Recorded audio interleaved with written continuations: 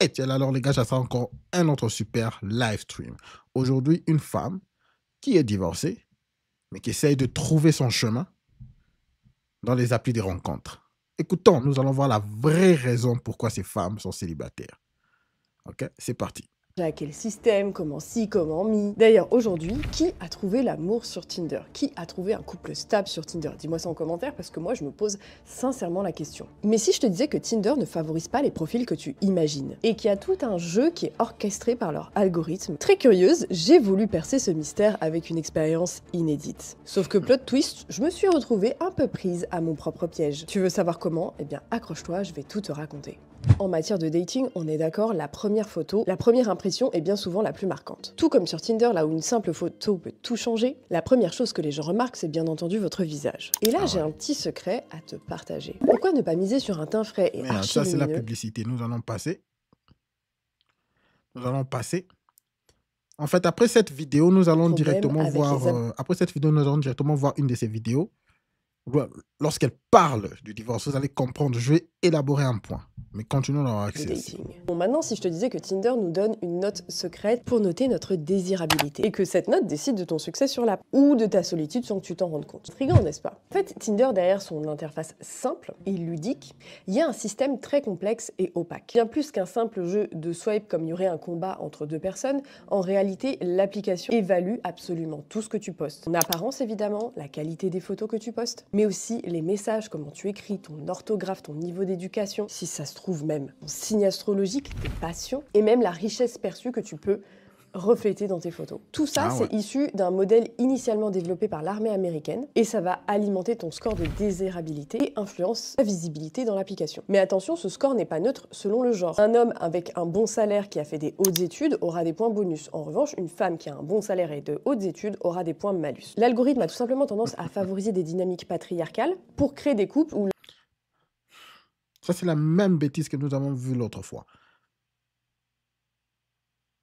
Elles ne comprennent pas pourquoi les femmes qui font beaucoup plus sont en bas de l'échelon. C'est parce qu'elles sont attirées par les hommes qui font beaucoup plus, alors que ces hommes qui font beaucoup plus les rejettent. Comme elles sont rejetées constamment, la vraie raison pourquoi elles sont rejetées, c'est parce qu'elles mettent leur situation financière en avant. C'est que les hommes qui sont assis et qui ont une bonne situation financière, ils s'en foutent. Alors par conséquent, elles sont indésirables. Voilà pourquoi elles vont en bas de l'échelon. Elles ne comprennent pas ça. Elles ne comprennent pas ça. Elles croient que non, c'est Tinder qui les aime pas. Ou c'est Tinder qui est sexiste. Elle a bien dit que Tinder est... elle a dit quoi? Sexiste? l'homme sera systématiquement supérieur dans l'économique et où la femme sera supérieure dans le domaine visuel, si je puis me permettre, ou physique. Il y a eu plein de critiques de ce modèle de Tinder. C'est pour ça qu'en 2019, Tinder a annoncé soi-disant mettre fin à son score de désirabilité. Et soyons très réalistes, ça m'étonnerait quand même un petit peu. Je pense qu'il y a quand même des systèmes relativement similaires qui continuent à être mis en place, car ça sert tout simplement à maximiser les profits de la marque. Parce que oui, Tinder est une marque, Tinder est une entreprise. Aujourd'hui, clairement, l'application, que ce soit surtout pour les hommes, mais également pour les femmes, te pousse à t'abonner aux abonnements premium pour te pousser à être vu ou... Mais ça pousse qui à s'abonner sur les situations premium? Give your family 24 hours. Ça pousse qui à s'abonner sur les situations premium? C'est pas elle. Peut-être pas si t'es une femme. Tout ça, en fait, ça pose une question qui est quand même cruciale, c'est est-ce qu'on peut confier nos relations amoureuses à des entreprises dont le but premier, c'est quand même de faire des bénéfices? Aujourd'hui, on le voit de plus en plus, les couples se forment majoritairement avec les applications, et d'ailleurs, dans quelques années, d'ici 15-20 ans, ça serait peut-être 80% des couples qui pourraient se former via les applications. Et en fait, Je vois que vous puissiez voir le schéma. Vous voyez le les schéma qui se impacts de passe ces là? applications et de nos comportements qui en découlent, ça mérite qu'on s'y attarde un petit peu. Entre concurrence exacerbée, stéréotypes renforcés, FOMO, les apps de dating façonnent un petit peu nos vies très différemment il y a quelques années. C'était pas forcément mieux avant, on va y revenir. Mais plot twist, Vous avez vu le schéma? Regardez comment ça évolue. Donc, beaucoup de gens se rencontrent maintenant à l'Internet. c'est quand même de faire des bénéfices. Aujourd'hui, on le voit de plus en plus, les couples se forment majoritairement avec les applications, et d'ailleurs, dans quelques années, d'ici 15-20 ans, ça serait peut-être 80% des couples qui pourraient se former via les applications. Et en fait, les impacts de ces implications et de nos comportements qui en découlent, ça mérite qu'on s'y attarde un petit peu. Entre concurrence exacerbée, stéréotypes renforcés, FOMO, les apps de dating façonnent un petit peu nos vies très différemment il y a quelques années. C'était pas forcément mieux avant, on va y revenir. Mais plot twist, ça fait quand même quelques années que je vous parle de dating maintenant sur cette chaîne. Les gens adorent me dire « Ouais, mais Gabi, pourquoi tu rencontres pas des gens dans la vraie vie ?» Les mecs bien sont dans la vraie vie. Bon, on le sait, Tinder, c'est un endroit où tu as un choix infini de potentiels partenaires. Mais en réalité, ça ressemble plus à un buffet à volonté de restaurants qui font leur pub sur TikTok. Beaucoup de choix, certes, mais peu d'options vraiment appétissantes. Alors oui, industrie de l'amour peut-être, mais surtout beaucoup de frustration. Parce que tu swipes à gauche, tu swipes à droite. On te vend l'idée finalement que l'amour, il est à quelques swipes de toi. Alors qu'en réalité, tu passes des heures et des heures et des heures à naviguer entre des photos avec des triples mentons. Oui, messieurs, on vous voit prendre des photos comme ça dans votre canapé. Des bios totalement vides. Et vous, là, avec votre make-up et avec toutes les histoires que vous mettez au visage, on ne connaît même pas comment ton visage ressemble en vrai. De mecs qui, je sais pas ce qu'ils veulent. Venons-en au cœur du problème. Oui, mais Gabi, il faut que tu rencontres des gens dans la vraie vie, inscris-toi à un sport, fais quelque chose. C'est là où les gens, où les vrais mecs, où les vrais hommes se cachent. Alors, mettons les choses au clair tout de suite. Les hommes, les mecs de Tinder, hein, ces phénomènes soi-disant paranormaux, existent bel et bien dans la vraie vie. Ce ne sont pas des bots, mesdames. Parce que les mecs qui me disent littéralement qu'est-ce que tu cherches comme relation? Et moi, je leur dis, je cherche une relation à long terme. Et lui qui me répond, je cherche une relation domination-soumission, et qu'il a envie de me lister toutes ses pratiques. Et lorsque je lui réponds que j'ai envie de lui lister du coup mes tarifs, c'est des mecs qui sont bien réels, je suis désolée. Pas des hologrammes générés par ChatGPT. Hein, tous ces mecs-là ont un travail, tous ces mecs-là ont une famille, tous ces mecs-là ont des amis. Et ils évoluent dans une société qui leur laisse passer toutes leurs conneries. C'est pas forcément Tinder qui crée ces comportements malsains, c'est surtout Tinder qui les a rassemblés à un seul et même endroit où t'es juste à côté d'eux à quelques swipes, quoi. Finalement, Tinder, c'est un petit peu le miroir des comportements de certains mecs aujourd'hui, n'en déplaise à certains. Donc les gens qui me disent « Oui, mais les mecs bien sont dans la vraie vie », voilà. C'est ton voisin, c'est ton frère, c'est ton père, ma belle. Mais moi, j'avais envie de hacker tout ça, j'avais envie de passer outre ces gros. Elle ne rencontre jamais. Je vous rappelle que cette femme était mariée. Elle a quitté son mariage pour finir ici. J'avais envie aussi, moi aussi, de hacker l'algorithme. Il y a plein de créateurs de contenu qui se sont amusés à le faire de façon ultra professionnelle et ultra poussée. Ces créateurs, ils se sont entre autres amusés à créer des profils plus stéréotypés les uns que les autres, et les résultats sont aussi fascinants que dérangeants. Donc imaginez un instant, notamment avec la vidéo du poisson fécond, on se rend bien compte qu'un homme classique gentil qui aime les balades en montagne réussit à peine à décrocher un match sur 100 swipes. Pendant ce temps-là, son alter ego féminin, transformé via une IA, récolte 450 fois plus de succès en un claquement de doigts. Mais c'est pas tout, un simple paysage, sans visage, sans identité, avec juste un fond d'écran Windows, fait mieux que la plupart des profils masculins avec 55%. Ah ouais. Voilà la réalité. Un profil d'une femme avec pas de profil, de photo de profil. Elle fait 55% de succès, plus qu'un homme. Voilà les vrais problèmes. Non, c'est pas une blague, c'est juste Tinder. Et en fait, le cynisme de ces expériences s'arrête pas là. Alors, elle passe très vite, là.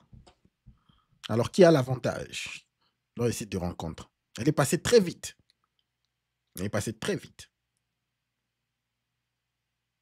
Elle va tout chercher les petits points qui montrent comment est-ce que la vie est tellement dure pour les femmes sur Tinder. Comment c'est très dur, alors que tout est clair. Qu'elles ont l'embarras de choix. Plus de choix, elles ne savent plus quoi choisir. C'est ça le vrai problème, le problème de fond. Les hommes riches qui affichent fièrement leur fortune, leur voiture, leur monde de luxe, atteignent péniblement les 0,54% de matchs. Et à côté, la femme riche explose absolument tout avec 80% de matchs. Le BG atteint péniblement 10% des matchs. Clairement, les mecs beaux sont clairement avantagés. Bon, on le voit bien, ces... Mais, qu'est-ce qu'elle vient de dire là? La femme riche atteint le top des matchs. Alors qu'au début, vous vous rappelez ce qu'elle disait? Elle a très bien dit que dans les Tinder, mais les femmes riches, non, carrément, ils essayent de mettre les profils des femmes riches en fantôme, en mode fantôme. Elle se contredit déjà. Elle se contredit déjà. Écoutez, la femme moderne va chercher tous les moyens pour se justifier de son échec. Elle se contredit elle-même. sont clairement avantagés. Bon, on le voit bien, ces expériences démontrent également un déséquilibre absurde. Mais on ne sait pas quelle est la qualité des profils qui avaient été matchés. Est-ce que c'était des fakes? Est-ce que c'était pas des fakes? On sait pas. Et aujourd'hui, j'aimerais bien qu'on change un petit peu de perspective et j'aimerais qu'on se demande ceci tous ensemble. Est-ce que c'est la médiocrité galopante des hommes qui nous fait rester de façon sempiternelle sur les apps? Ou est-ce que c'est bien Tinder dans sa grande sagesse algorithmique qui nous balance volontairement des profils éclatés au sol des plus profonds psychopathes que la Terre peut porter pour qu'on reste à swiper encore et encore et encore en quête désespérée d'une aiguille dans une botte de foin? Parce que, on va être honnête, toi et moi, combien de fois on est envers Tinder en se disant bon, cette fois-ci c'est la bonne. Et là, sur Tinder, tu swipes et t'as l'impression que chaque profil est une vaste blague. C'est-à-dire que moi, aujourd'hui, je pourrais devenir humoriste juste en swipant des profils Tinder. Les gars, je les rhabille pour l'hiver suivant et l'hiver d'après. J'ai l'impression de tourner en rond dans un océan de mecs pas terribles, avec juste à peine de matchs de mecs a priori normaux, juste pour qu'on me maintienne simplement une toute petite lueur d'espoir tout là-bas, tout là-bas, tout là-bas. T'as l'impression que c'est une expérience aux frontières de la mort, le bordel. Et en fait, ça, c'est une espèce de stratégie totalement sadique. En fait, ils savent que plus t'es frustré, plus tu vas revenir. Et voilà comment on se retrouve avec un café à la main, entre deux réunions, en train de swiper dans les chiottes, vite fait pour faire 2-3 matchs. En se disant, allez, cette fois-ci, je vais peut-être trouver un mec qui sait faire 2 phrases sans faire 600 fautes d'orthographe. Alors, je me demande bien si ces genres de femmes n'arrivent pas à trouver des vidéos comme les nôtres, où elles n'ont jamais entendu cette situation d'hypergamie, où il n'y a pas des hommes qui les ont déjà dit tout clairement qu'écoutez, vous vous concentrez juste au top pourcentage des hommes, c'est tout. Parce qu'elles reviennent toujours à donner la faute aux hommes. Qu'est-ce qu'elle a dit?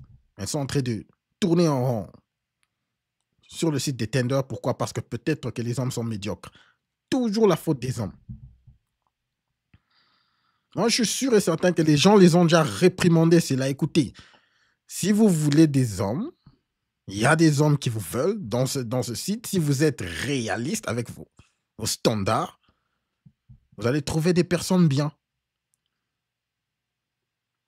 Il y a quelque chose que je veux dire. Écoutez, la majorité des femmes qui ont trouvé des hommes bien dans la vie normale ont toujours dit que si ils étaient tombés sur ce type, la personne avec qui elles ont rencontré dans la vie normale, sur Tinder, ils n'allaient même pas lui donner le temps ni l'heure.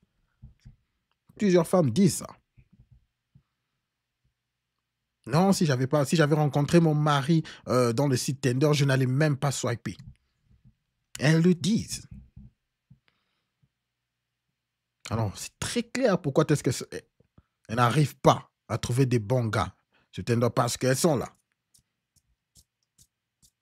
Comme si elles sont en train de swiper. C'est tout ce qu'elles font. Arrête-toi un peu. Et puis regarde. C'est juste ça. Bon, parlons des vraies choses. Tout est scruté pour te dresser un portrait et analyser ta valeur. Et en fait, à partir de ce constat, j'ai décidé de faire ma propre expérience. Oui, après 1 an et demi avoir utilisé cette application avec mon profil normal, après avoir testé plusieurs types de photos, après avoir testé des profils avec un peu plus d'humour, avec un peu moins d'humour, avec un petit peu plus de frein à l'entrée également. J'avais pas seulement accumulé des matchs inutiles, mais également une longue liste de dates éclatées au sol. Alors heureusement, on en tire du positif, on en fait du contenu, on en tire de l'humour, on en tire de la bonne humeur. Mais il y a beaucoup de gens qui adorent me rappeler que, Gabrielle, mais c'est toi qui fais pas les bons choix, c'est pas moi qui fais les mauvais choix, c'est pas moi qui fais le choix de me malmener physiquement à un date pour me séduire. Et non, là, il n'est pas question que je me remette en question, parce que moi, j'ai jamais fait preuve de violence, de manipulation, ou même de mensonges éhontés, hein, parce qu'il y a des petits mensonges, hein, des white little lies, comme on dit, et il y a le mec qui a une femme, qui a des enfants, et qui a une double vie, clairement. Si on veut se remettre en question quelques instants, est-ce que c'est moi qui fais les mauvais choix, ou est-ce que c'est Tinder qui me montre des profils qui ne me correspondent pas pour me garder plus longtemps sur l'app, et éventuellement faire de moi une vache à lait? J'ai surtout commencé à me demander, est-ce que c'était moi qui avais des critères trop spécifiques? Est-ce que l'application me pénalisait pour avoir aussi passé trop de temps dessus, ma belle? Donc j'ai décidé de créer 3 nouveaux profils, chacun avec une identité stéréotypée très très distincte, pour tester une hypothèse très simple. Est-ce que Tinder traite tous les profils de la même manière? Est-ce qu'on voit toutes les mêmes profils, ou est-ce que l'algorithme favorise certains types de profils? Et ces nouveaux profils allaient me permettre de savoir et surtout de découvrir si mes préférences personnelles avaient un impact et influaient vraiment sur ce qu'on me proposait, ou si l'appli avait tout simplement ses propres biais. Les résultats sont aussi surprenants qu'inquiétants. Voici les candidates pour cette expérience. Le profil de la mama, la femme chaleureuse maternelle des enfants, et qui souhaite un couple longue durée. Celui de la CSP+, accompli, plus âgé, plus mature, plus sophistiqué. Le profil de la Gabi normale que tu connais bien évidemment, mais également le fameux profil de... Alors les gars, restez pour l'histoire de Will Smith. Après cela, nous allons attaquer l'histoire de Will Smith, ok? Grosse salope. Clairement conçu pour tester les limites de la superficialité. Pourquoi ces choix? Parce que tout simplement ça représente une espèce de facette de ce que Tinder pourrait favoriser ou rejeter, et avec un profil, on va dire, qui a été testé sur le long terme, un profil de base. Évidemment, je ne pouvais pas réutiliser mes propres photos, j'ai donc utilisé de quelques subterfuges, j'ai pris le temps de modifier les photos, chaque profil était soigneusement calibré pour correspondre aux stéréotypes, et pour maximiser le type de profil que j'allais rencontrer, j'ai même voyagé dans plusieurs régions pour pouvoir faire cette expérience. L'expérience en elle-même était relativement simple, chaque profil était quand même assez minimaliste, avec peu d'informations dans ma bio, pour forcer l'algorithme à se baser uniquement sur les photos. Ensuite, je swipais uniquement, me fiant uniquement à la première photo des hommes qui étaient présentés, sans lire les bios, sans analyser davantage. Mon objectif, découvrir si Tinder proposait des profils différents selon les stéréotypes que j'incarnais, mais surtout si certains profils stéréotypés allaient mieux performer que d'autres. Et laissez-moi vous dire que dès les premières heures, les différences étaient déjà bien flagrantes. Mais ce que j'ai découvert ensuite a dépassé clairement toutes mes attentes, et pas forcément de la meilleure des façons. C'est-à-dire raccrochez-vous, ma belle, parce que les résultats, c'est surprenant. Ah ouais, c'est surprenant. Bon, bien évidemment, je te le passe, je te le donne en mille, celui qui a explosé les likes dès les premières minutes, qui a atteint les 99 likes, je crois que c'était en moins de 15 minutes, c'était bien entendu le profil de la salope. Et il faut savoir aussi une chose essentielle, c'est que le fameux plus 99 likes, il est atteint partout. Alors, elle passe très rapidement. C'est pour montrer que la majorité des hommes qui sont sur Tinder, là, ils sont juste là pour... Pas vraiment la majorité des hommes, mais les hommes sont là pour le brisage du dos. Tous les profils en à peine une demi-heure. Et ça, c'est entre autres lié au fait que Tinder soit une application globalement et uniquement fréquentée que par des hommes. Et en fait, moi, ce qui m'a perturbée, c'est que le profil de la salope, qui n'avait donc aucun visage, donc on voyait mes cheveux, on voyait mon corps, mais en fait, il a attisé une curiosité presque malsaine. En fait, il y avait des clichés suggestifs, mais rien de plus. Il n'y avait pas une seule image qui montrait qui je suis, et pourtant, c'est le profil qui a généré le plus de vues, le plus de likes, et surtout le plus de messages. C'est fascinant et un peu perturbant. Ce qui est encore plus troublant, c'est que j'ai tenté de discuter avec certains hommes qui avaient liké ce profil.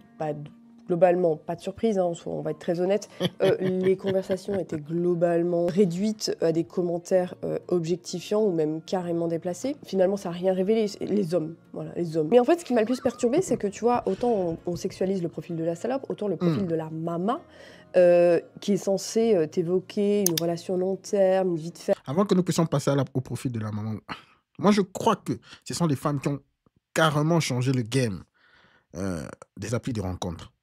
Je crois qu'au départ, les hommes étaient sérieux.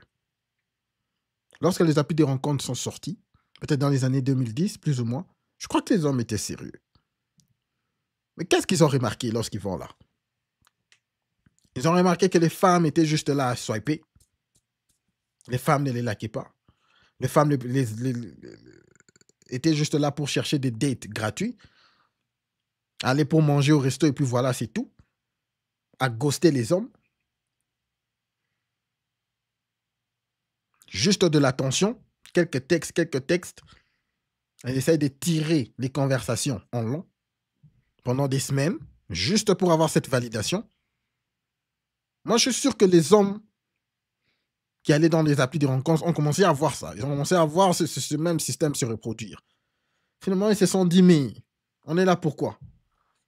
C'est de l'amusement. Moi, je crois que les hommes se sont adaptés au game. Alors, ils se sont dit, bon, voilà. Lorsqu'on va dans les applis de rencontres, brisage du dos, c'est tout.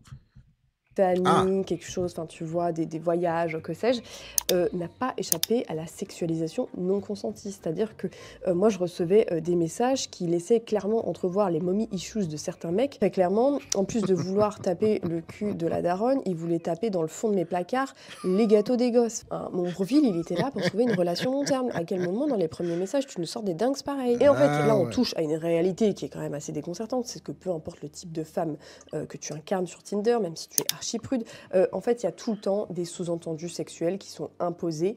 Et même lorsque c'est absolument pas recherché. Par exemple, je me souviens avoir swipé sur le profil d'un homme qui tirait à l'arc, et genre, je lui ai répondu « Oh là là, j'aimerais trop apprendre à tirer à l'arc ». Et là, sous-entendu, sexuel, lourdingue, as fuck. Et j'étais là en mode « Putain, mais mes flemmes, ça aurait pu être un date. Ça aurait pu être un date sympa ». Et non, le mec, il était là « Oui, il suffit de se détendre et de se laisser aller ». Les hommes sont fatigués. Vous avez commencé, vous avez joué. Vous êtes en train de jouer au petit jeu. Il y a des gens, il y a des femmes vraiment qui crient lorsqu'ils voient des dates, ils écrivent food, ils écrivent nourriture. C'est aussi c'est pour la nourriture, c'est aussi c'est pour le drink. Ok, c'est aussi c'est pour le transport. Les hommes se sont adaptés, ma chère. Et maintenant, vous avez aussi votre DAS du savoir. Running hurts. Ah ouais. Les hommes se sont adaptés. Mais pourquoi elle est en colère? Pour ces expériences, j'avais prévu de faire un date par profil, histoire de tester si les hommes qui répondaient et correspondaient en fait à ce que je recherchais selon mon stéréotype, ou si c'était juste tous des médiocres, peu importe le profil. Je me suis donc mise à converser avec plusieurs profils pour essayer de trouver des candidats à la hauteur de ce que j'attendais. Mais très vite, un constat s'est imposé, surtout sur le profil de la mama, malgré les intentions relativement claires dans ma bio, à savoir la recherche d'une relation sérieuse, avec un préférence, voilà, quelqu'un qui serait prêt à assumer le profil de beau-père. Les réponses étaient quand même complètement à côté de la plaque. C'était du plaisir sans lendemain. Une ambiance, on adore. J'ai remarqué que physiquement, les profils qui m'étaient proposés, parce que on est aussi là pour ça, c'était quasiment hors sujet dans le profil de la mama par rapport à mes préférences physiques. Je m'attendais à voir défiler des hommes barbus, musclés, tatoués, bref, ce que j'avais clairement indiqué, aimé avec les seuls likes que je faisais. Tinder avait décidément très envie de me caser avec des hommes beaucoup plus âgés, beaucoup plus matures que moi, qui n'avaient aucun rapport avec mes critères physiques, d'apparence, ni d'ailleurs en attitude, au vu des demandes quelque peu déplacées que j'ai reçues. Donc, mais c'est parce que tes critères sont trop hauts. Elle a bien écrit maman célibataire là. Mais elle va liker les photos des beaux gosses. Des gars avec des six-packs. Est-ce qu'un type avec des six-packs, qu'est-ce qu'il va faire avec une mère célibataire? Alors, Tinder essaye de te donner, te remettre sur terre, te remettre à quoi tu qualifies. Mais là, elle est déçue, là, elle est déçue. Là. T'es maman célibataire, elle est divorcée avec 2 enfants, celle-ci. Je vous rappelle qu'elle est divorcée avec 2 enfants. Mais elle croit qu'elle aura le beau gosse pour, en plus, que le beau gosse puisse. Ah, c'est pas vrai. l'algorithme me trollait volontairement, on adore. Donc clairement, pour le profil de la mama, il n'y a aucun profil qui s'est démarqué suffisamment pour que je me sente motivée à organiser un date. Donc j'étais assez déçue d'ailleurs. Mais finalement, la suite de cette expérience allait me révéler bien des surprises. Le profil de la salope. Mais meuf, t'es pas prête pour la suite, t'es pas prête. Les propositions physiques que l'algorithme Tinder me faisait étaient beaucoup plus alignées avec mes attentes et mes standards physiques que j'aimerais d'un homme. Vous savez, ce genre d'homme à qui je disais tout le temps à mes copines qui sont introuvables à Rennes. Et là, d'un seul coup, voilà que des mecs barbus, musclés et tatoués apparaissent comme par magie. Et donc, je me suis posé... Cette expérimentation est tellement bon, les gars. Vous comprenez? Les beaux gosses vont où il faut Mougou, où il faut le brisage du dos, chez la salope. C'est tout ce qu'ils veulent. Toi, là, maman célibataire, tu crois que le beau gosse viendra pour te prendre au sérieux? Elle est déçue. La question, est-ce que ce serait pas ça le secret? Pas montrer sa tête, de creuser un peu, de rentrer son ventre dans une mention j'aime, s'il vous plaît, mention j'aime. Le truc encore plus intriguant, c'est que j'avais pas du tout montré mon visage sur ce profil pour éviter, donc effectivement, qu'on me reconnaisse. Et d'ailleurs, les photos que j'avais publiées n'ont jamais été visibles de quiconque, c'est-à-dire qu'il n'y a que moi qui connais ces photos. Alors, est-ce que c'était l'effet mystère ou cette illusion d'une silhouette très bien travaillée? Qui sait? Mais c'est que forcément, il y avait beaucoup d'hommes qui venaient me parler. J'avais clairement l'impression, comme disent ces fameux coachs d'Instagram, j'étais dans mon énergie féminine, tout venait à moi, tout vient à point à qui c'est attendre. Bref, MDR. Est-ce qu'elle fait semblant pour ne pas comprendre ce qui se passe ou elle est vraiment sérieuse, celle-ci? Non, les gens se sont adaptés, les hommes se sont adaptés, ils veulent vous baiser. On les a plus de rencontres. T'as pas encore compris, là? Les conversations que j'ai eues, il y a clairement 3 profils qui se sont démarqués. Et il y en a pour certains à qui j'ai avoué qu'ils faisaient part d'une expérience. Alors, parlons de ces 3 candidats. Le premier, c'était un nageur. Le second était un footballeur. Et le troisième était un transporteur. Donc tous les 3 étaient visuellement dans mes critères de beauté. Les conversations étaient relativement fluides, peu de fautes d'orthographe. Et là, un miracle, soyons honnêtes, 2 d'entre eux avaient l'air d'avoir un cerveau avec des idées politiques. On adore ma belle. Mais le troisième... Alors les gars, le beau gosse est prêt à tout pour briser le dos. Le troisième, je vais te laisser deviner dans les commentaires lequel c'était. Le troisième m'a avoué très candidement, parce que après on s'est ajouté sur nos comptes Instagram privés, il m'a ajouté avec un compte meuf, t'as peur. Et en gros, ce qu'il voulait, c'est en fait en réalité, il avait donc une femme, il avait donc une famille, et alors comme il venait travailler sur Rennes, il venait tout simplement chercher une maîtresse pour la semaine, pour se vider les bouliches, voilà, clairement, c'est ce qu'il cherchait, rien de plus, rien de moins. Il a clairement pensé que cette proposition pouvait réellement me séduire. Bon, si ça avait été rémunéré peut-être, mais comme c'était pas le cas, j'ai préféré annuler le projet, très clairement. Et donc parmi les 2 autres profils restants, il y en avait un qui était beaucoup plus jeune, il avait 4 ans de moins que moi, voilà, très clairement. Il était donc célibataire, sans forcément beaucoup d'attaches. Il vivait de ce qu'il aimait. Et l'autre, il était légèrement plus âgé que moi, je crois que c'est 2-3 ans tout au plus. Il avait déjà eu une vie de famille par le passé. Et il semblait, lui, pour le coup, travailler pour profiter de ses passions. 2 mondes, globalement, 2 dynamiques assez radicalement opposées. Et en fait, j'ai essayé un peu de creuser sur leurs red flags. Il y en avait un qui m'a sorti « ouais, j'aime pas les poils ». Alors, j'ai essayé de gratter un petit peu pour savoir si c'était aussi quelque chose qu'il appliquait, une norme qu'il appliquait uniquement aux femmes, ou s'il se l'imposait à lui-même, parce que venant de la part d'un mec barbu MDR, j'aime pas les poils, mec, t'as un paillasson sur ton visage, MDR. Mais bon, visiblement, c'était une règle qu'il respectait également pour lui-même. Il y avait bien entendu un autre profil qui était un petit peu plus brouillon dans sa démarche. Son intérêt pour moi, clairement, c'était que le physique. Même s'il avait des idées globalement politiques très intéressantes, pour le coup, c'est quelqu'un avec qui tu pouvais avoir des discussions beaucoup plus profondes, beaucoup plus intellectuelles. Mais clairement, en fait, l'idée sous-jacente que j'ai ressentie de cette personne, c'est qu'il avait beaucoup plus comme idée de profiter de mon cul et de mon appartement pendant 1 semaine sur 2. Il voyait très bien ce que je pouvais lui apporter. Globalement, en gros, sa présence devenait de plus en plus calculée. Moi, ça m'a gonflé. J'ai lâché l'affaire et on s'est ghosté mutuellement. Un art que je maîtrise à la perfection. Et donc, il restait plus qu'un seul profil de ces 3-là. Et je me suis dit qu'à un moment, il fallait que je me lance, il fallait que je fasse... J'ai vraiment hâte de connaître sa conclusion. Parce que là, tout est clair. Tout est clair que ces gens sont là pour le brisage du dos. Mais on va écouter sa conclusion. J'ai Donc, vraiment mes hâte de dates connaître. avec lui. Parce qu'on avait des passions communes, un mode de vie relativement similaire, un sens de l'humour qui avait l'air plutôt de bien matcher. Qu'il y a un moment, il faut bien se lancer, cette expérience ne va pas se terminer toute seule, meuf. Bien, le date que j'avais prévu, c'est pas déroulé comme prévu. L'histoire ne fait que commencer. Alors, pour ce premier date, j'ai décidé de jouer la carte de la simplicité. Rendez-vous dans un parc avec ma chienne, parce que soyons honnêtes, elle fait un excellent agent de sécurité. Et c'était l'occasion aussi parfaite de la balader. Et petite discussion décontractée, tout ça, du moins tout ce que je croyais. En fait, très clairement, la conversation, elle a pris un tournant totalement inattendu. J'étais pas prête. En fait, on échangeait autour de ce qu'on sait. Et à un moment, il a mentionné une connaissance à lui. Et la surprise, cette fameuse connaissance, je l'avais datée il y a 1 an et demi. Alors, à l'époque, on avait fait 3 dates, il n'y avait pas eu de feeling, on s'était même pas embrassés, évidemment. Qui croit cette histoire? On lui a déjà brisé le dos par l'autre. Écoutez, cette femme, c'est une femme divorcée. Une femme frivole. Comme on le dit. Elle a quitté son foyer pour ça.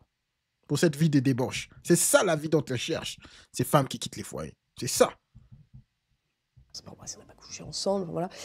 Et on avait fini par se ghoster On te mutuellement. croit pas, Donc non. là, MDR, parce que j'ai appris quoi? J'ai appris que ce fameux mec que j'ai daté 1 an et demi auparavant, en fait, il avait une meuf, sauf que ce même mec-là, d'il y a 1 an et demi, il était revenu dans mes DM pour m'inviter au restaurant. Et il insistait lourdement depuis 3 semaines pour m'inviter au restaurant, tout en étant en couple. Voilà, on adore les hommes, on adore. Non, mais c'est de ça dont vous êtes maintenant. C'est ça votre importance dans le monde, hein. Écoutez, les mères célibataires, les mères divorcées. C'est ça votre place maintenant. Combien de fois on va vous le dire? C'est ça votre place. À chaque fois que vous voyez un beau gosse, un gars bien, vous êtes juste là pour être à côté. Vous avez eu votre foyer, n'est-ce pas? Vous avez eu vos maris. Vous êtes décidé de partir. Pourquoi? Parce que vous étiez meilleur qu'eux. Vous croyez que non, vous allez aller à l'extérieur avec toute l'attention qu'elles avaient dans le téléphone lorsqu'elles étaient dans leur mariage. Elles croyaient que non, l'herbe est plus verte à l'extérieur. C'est ça le problème de fond. Là, elle marche qu'avec des traumas. Elle se retourne ici. Brisage du dos. Elle se retourne à gauche. Brisage du dos. C'est ça votre vie, il faut l'accepter. Cette fameuse connaissance, sur le papier, tu sais, c'est le mec dont toutes les meufs rêvent.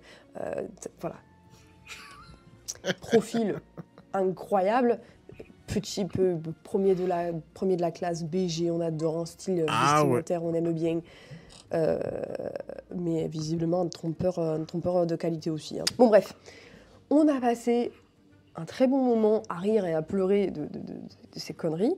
Globalement, on s'entendait très bien et on a décidé de remettre le couvert le soir. Et c'est là où les choses sont devenues encore plus intéressantes parce que j'avais toujours pas parlé de mon métier. Et donc, bien évidemment, comme la vie est faite de coïncidences, une abonnée m'a reconnue, elle s'est venue s'installer juste à côté de moi pendant le date, et donc là, j'ai dû lui dire en plein date, oui, alors moi, voilà, je suis créatrice de contenu, et en plus de ça, t'es une expérience sociale, mon pote. Bon, ça, tu le savais déjà, mais voilà, maintenant, t'es au courant. Mais bon, voilà, j'ai joué carte sur table. Au départ, clairement, je savais pas trop où cette histoire ça allait mener. C'était très fluide, il était très courtois, princess treatment, une bonne diarrhée verbale comme on est, bonne communication, on adore. Et pourtant, il m'avait matché uniquement pour mon apparence physique et mon nœud dans les cheveux. Ce que je n'ai pas cessé de lui rappeler par ailleurs. Mais la cerise sur le gâteau, c'est qu'en plus de ça, on habite à 10 minutes de l'un et de l'autre. C'est quand même un peu la cerise sur le gâteau, quoi. Alors on s'est vu, puis on s'est revu. Est-ce que j'aurais enfin trouvé la perle rare dans cet océan de médiocrité? Soyons réalistes un instant, avec nos agendas de trentenaire, combinés à la présence de mes enfants 1 semaine sur 2, rendent le dating un petit peu moins spontané que quand j'avais 20 ans. Donc je sais pas où cette histoire mènera, peut-être que ça va s'arrêter, peut-être pas, on sait pas. Mais il y a quand même une leçon à tirer de tout ça. Je vous rappelle qu'il est en train de tromper. Elle connaît qu'il est dans un couple.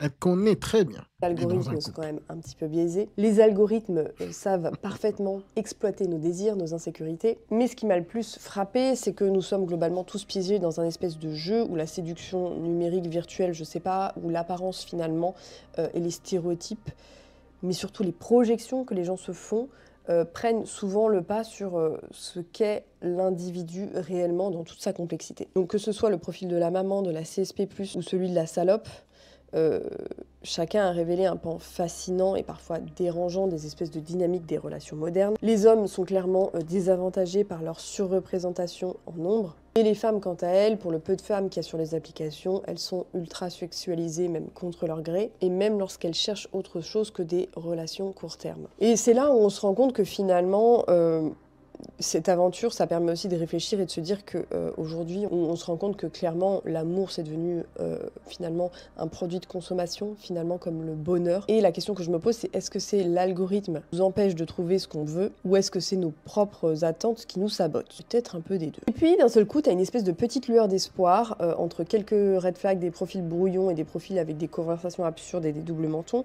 Il y a une connexion inattendue. Clairement, ce date me fait penser qu'il reste quelque part peut-être un petit peu de magie, dans un monde où tout semble calculé, algorithmé, calibré. En fait, ce que je tire de cette expérience, c'est que finalement, il faut voir Tinder comme un outil, il faut être très détaché, mais surtout, il faut laisser la place à l'imprévu. Je sais pas ce que tu penses de tout ça. On est condamné à... C'est ça sa conclusion. Elle continue toujours à douter que ce n'est pas ses propres choix qui lui ont amené là. à être dégoûté, à se fatiguer de swiper, à continuer à courir derrière les personnes qui sont déjà en train de tromper leur partenaire. C'est son propre choix, les gars. Elle a fait le choix d'être dans cette situation. Vous allez voir de quoi je parle. Je vois un podcast où elle était en train de... Avant que nous puissions passer à Will Smith. Après ce petit podcast, je vais juste jouer 1 ou 2 minutes. Je vais juste vous montrer un point.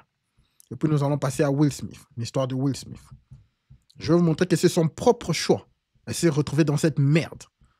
Par son propre choix.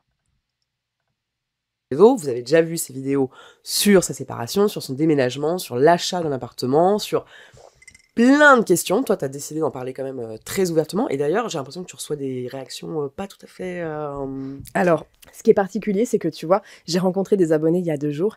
Et en fait, Je veux bien que vous puissiez écouter cette partie. il y en a pas mal d'entre elles qui m'ont dit... C'est mais elle là. C'est elle.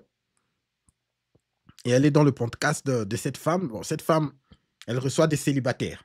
Des célibataires qui galèrent ou des célibataires qui se disent en compte heureuses.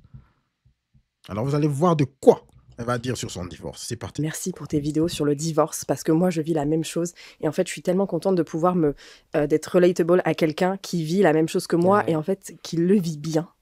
C'est fou. Ouais, c'est fou ça. hein. Ah, elle dit qu'elle vit bien son divorce. Vous avez bien vu qu'elle est sur Tinder dans la vidéo précédente que nous avons vue, en train de galérer. Mais là, elle dit qu'elle vit bien son divorce. Vous voyez, lorsque vous checkez un tout petit peu, lorsque vous allez un tout petit peu dans les détails, et elle a beaucoup de followers sur TikTok. Qu'est-ce qu'elles disent? Ah, nous sommes vraiment contentes de voir qu'il y a des personnes qui vivent quand même bien leur divorce. Et voilà le bazar. Tu es vraiment heureuse dans ton divorce. Voilà le bazar. Et c'est comme ça qu'elles sont en train de, ensemble, de continuer à être malheureuses parce que le malheur aime le nombre, elles sont là. En train de pousser les autres femmes à divorcer et à se retrouver malheureuses. Mais lorsque vous fouillez un tout petit peu, elle est là sur Tinder en train de voir qu'est-ce qui se passe, faire des expériences. Pourquoi est-ce qu'on n'arrive pas à trouver des gars bien? C'est triste, les histoires que les réseaux sociaux sont en train de faire de nos jours. Vraiment triste. Suivons encore juste 1 minute. On va voir si elle va dire quelque chose de plus important. Donc, ça répond déjà à la première question. Fais-tu partie de la team célibataire heureuse ou malheureuse? Eh ben oui. Célibataire heureuse sans hésiter. Désolée. Ça fait combien Célibataire heureuse. On vient juste de voir ta vidéo là, en train de galérer sur Tinder. Ok, en train de donner la faute aux hommes. C'est ça c'est ça être heureux? Alors, c'est ça être heureux? Alors les gars, nous sommes déjà à 43 minutes. Nous allons passer à l'histoire de Will Smith très rapidement. Ok?